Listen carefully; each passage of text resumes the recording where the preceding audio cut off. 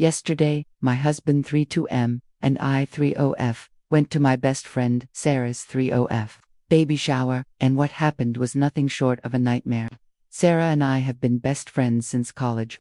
We started as roommates and quickly bonded over our love for the same kind of music. We went to concerts together, made tons of memories, and by our senior year, we were practically attached at the hip. Summers were always spent at each other's houses, and we stayed close even after graduation.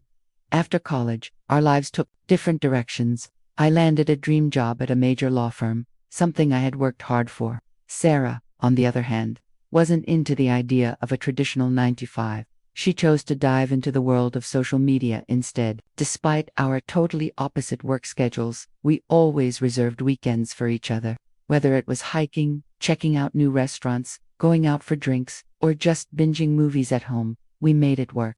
It was actually during one of our girls' nights out that I met Michael, my husband. He was at a bachelor party, and the second I saw him, I just knew. We joke about who fell hotter first, but truthfully, we both were head over heels that night. Fast forward to now, we've been happily married for 5 years, and I genuinely couldn't imagine my life without him. I always thank Sarah for that night. If she hadn't dragged me to that bar, I might have never met the love of my life. Sarah stayed single for a while after I got married, but she eventually met her now husband, Mark. They've just celebrated 2 years of marriage. 3 months ago, Sarah told me she was pregnant. I was thrilled for her. Watching my best friend step into motherhood was something I had been so excited about. She asked me to organize her baby shower, and I was honored. I was also going to be the godmother. We chose yellow as the theme, her favorite color, and I coordinated with the caterer to make sure every detail was perfect. I had worked with this caterer before, at my brother's wedding, so I knew she'd nail it. My husband and I showed up a little early on the day of the shower to make sure everything was ready. Mark greeted us and told us Sarah was still getting ready. I noticed the cake wasn't centered the way Sarah liked it, so I fixed it. Soon guests started trickling in. Many were old college friends I hadn't seen in years. It felt good to catch up and laugh about old times. Then Sarah made her entrance, wearing a glowing yellow dress that perfectly matched the theme. Her smile lit up the room as everyone congratulated her. After lunch was served and everyone had settled in, Sarah stood up to thank us all for coming. Then she took a deep breath and said, "Mark and I are so excited to be expecting our first child, and I owe it to someone very special." I noticed Mark looking at her, confused. Then she pointed directly at my husband and said, loud and clear, "Everyone, meet the father of my baby." I nearly choked. The room went completely silent. My heart was pounding, and I could feel the air shift. My husband squeezed my hand under the table. He looked just as confused and stunned as I did.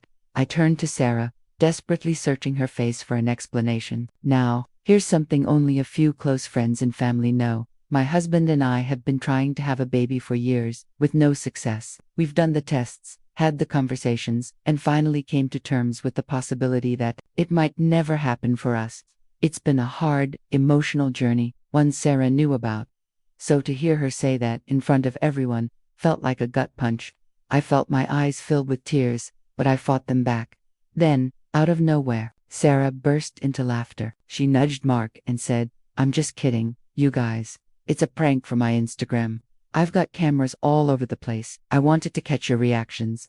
People glanced around the room, unsure how to respond. Some gave nervous chuckles, but most looked just uncomfortable. I was stunned. She knew how painful this topic was for me. She knew what we'd been through. How could she think that accusing my husband of being her baby's father as a joke was funny? I looked over at my husband. His face was red, his hand still gripping mine. He was humiliated. Even Mark, Sarah's husband, didn't seem to find it funny. He looked more annoyed than amused and gave my husband an apologetic glance. Over the years, he and Michael had grown close, and I could tell he felt awful. I didn't want to cause a scene and ruin her baby shower, so I stayed quiet, but deep down, I was shaken. Sarah carried on with the rest of the party like nothing happened. But I struggled to stay composed the entire time. I couldn't shake the uneasy feeling that had taken hold after lunch. We played a few games and eventually opened the gifts, but while everyone else seemed awkward or tense, Sarah was the only one who appeared to be having a good time chatting with guests. snapping pictures for her social media like nothing had happened. My husband had already whispered to me that he wanted to leave after the disaster during lunch. And honestly, I couldn't blame him. Still, I asked him to hang in there a little longer. I didn't want people to notice us leaving suddenly, and I promised I'd talk to Sarah about it later. Apparently, Mark had reached his limit.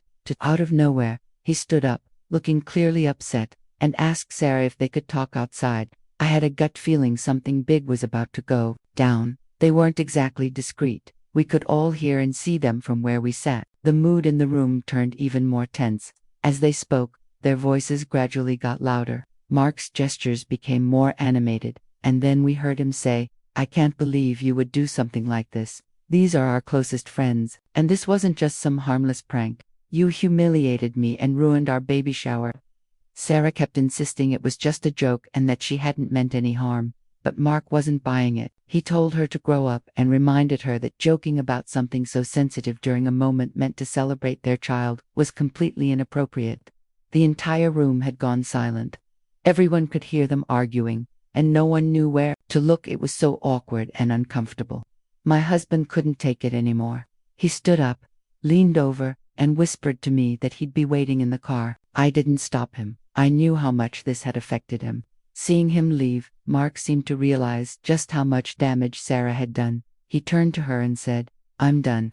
Done with your immaturity. I'll love our child, but I can't be with you another second."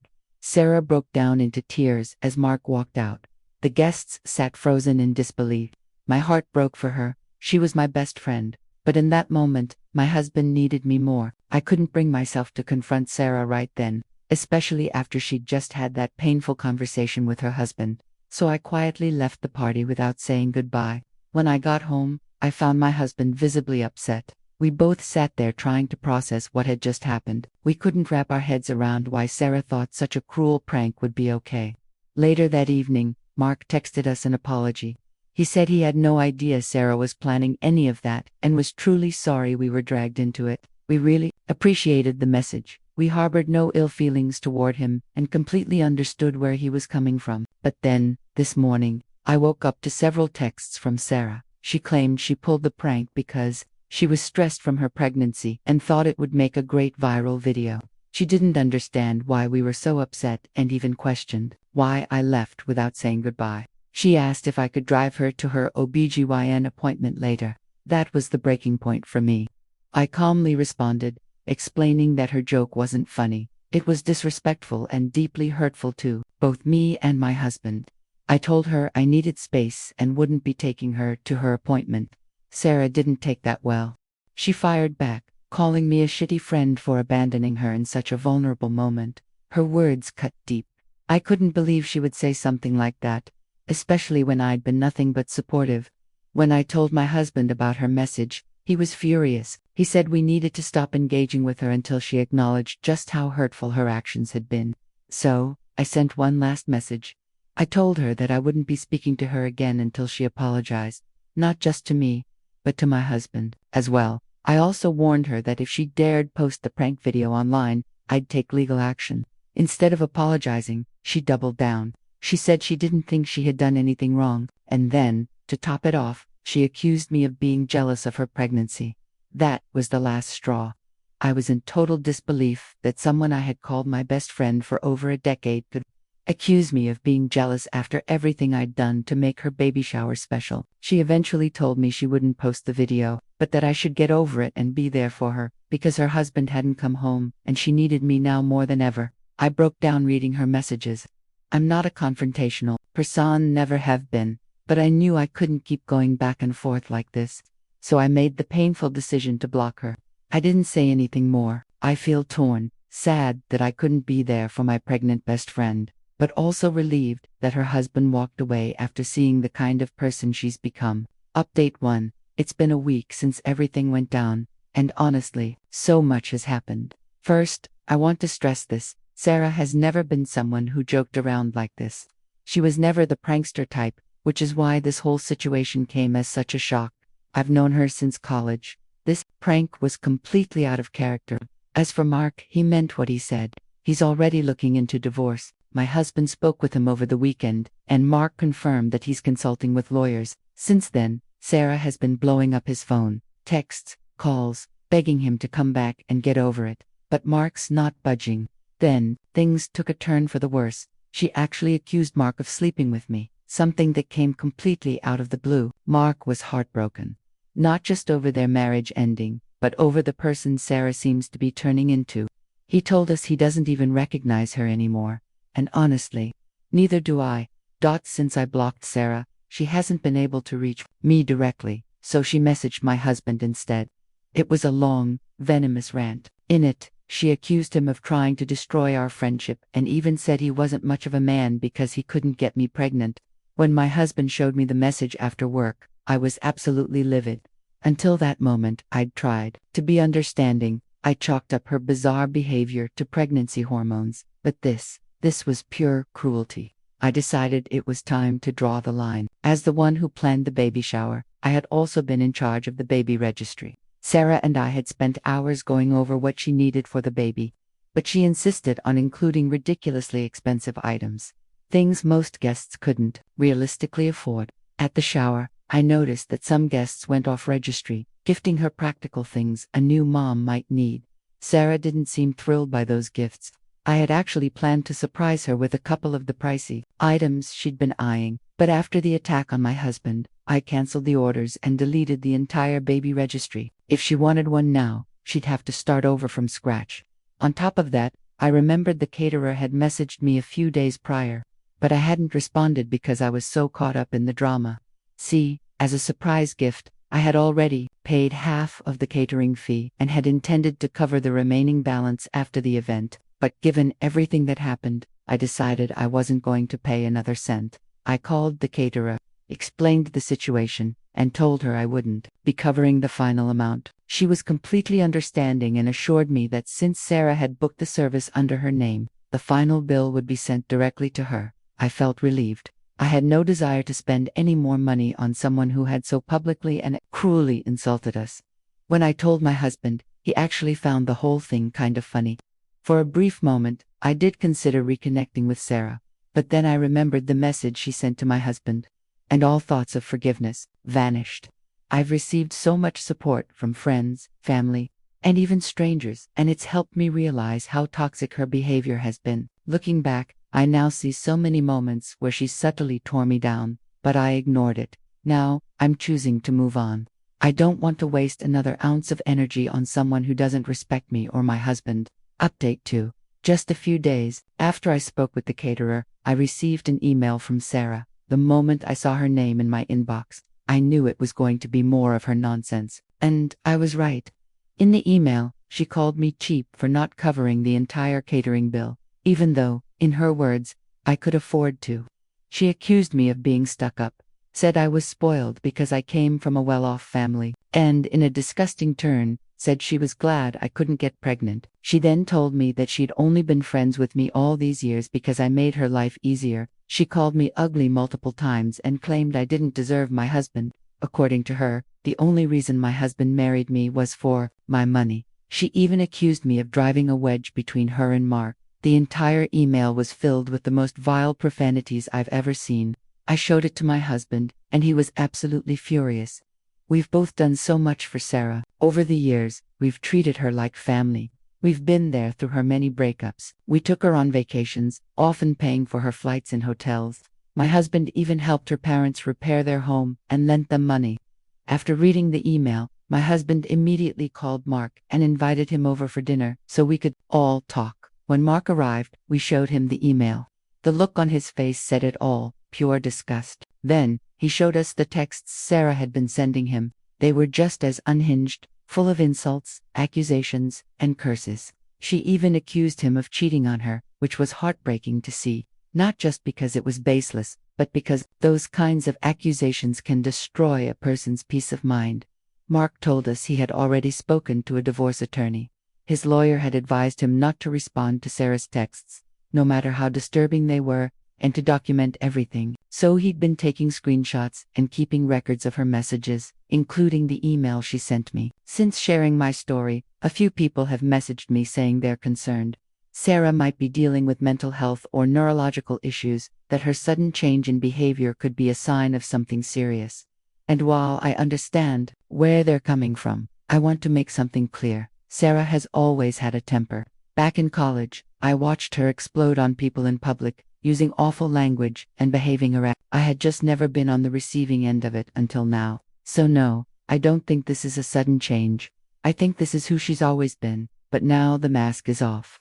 That said, my husband and I do plan to reach out to her parents, not out of obligation, but because someone needs to know what's going on. Maybe they'll be able to get her the help she clearly needs. But as for me, I'm done. Done with the drama. Done with the cruelty. Done with someone who weaponized my deepest pain as a joke.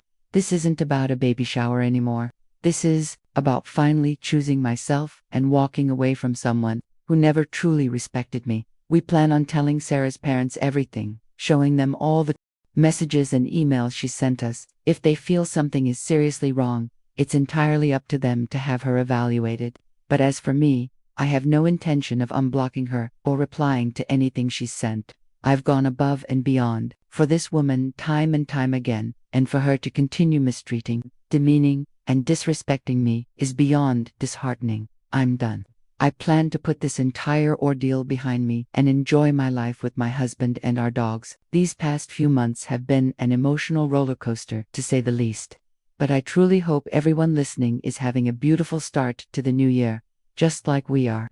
Right now, my husband and I are in the Maldives, taking a much-needed break from our demanding work lives. Given everything we went through, we decided it was time to unplug and focus on rest and relaxation. So far, we've spent our days lounging on white sand beaches, sipping cocktails by the ocean, and just soaking up the peace we've both needed for so long.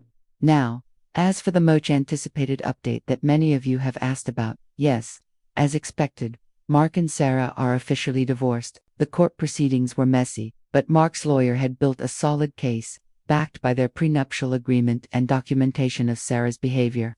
Despite Sarah's legal team trying to fight back, they couldn't win.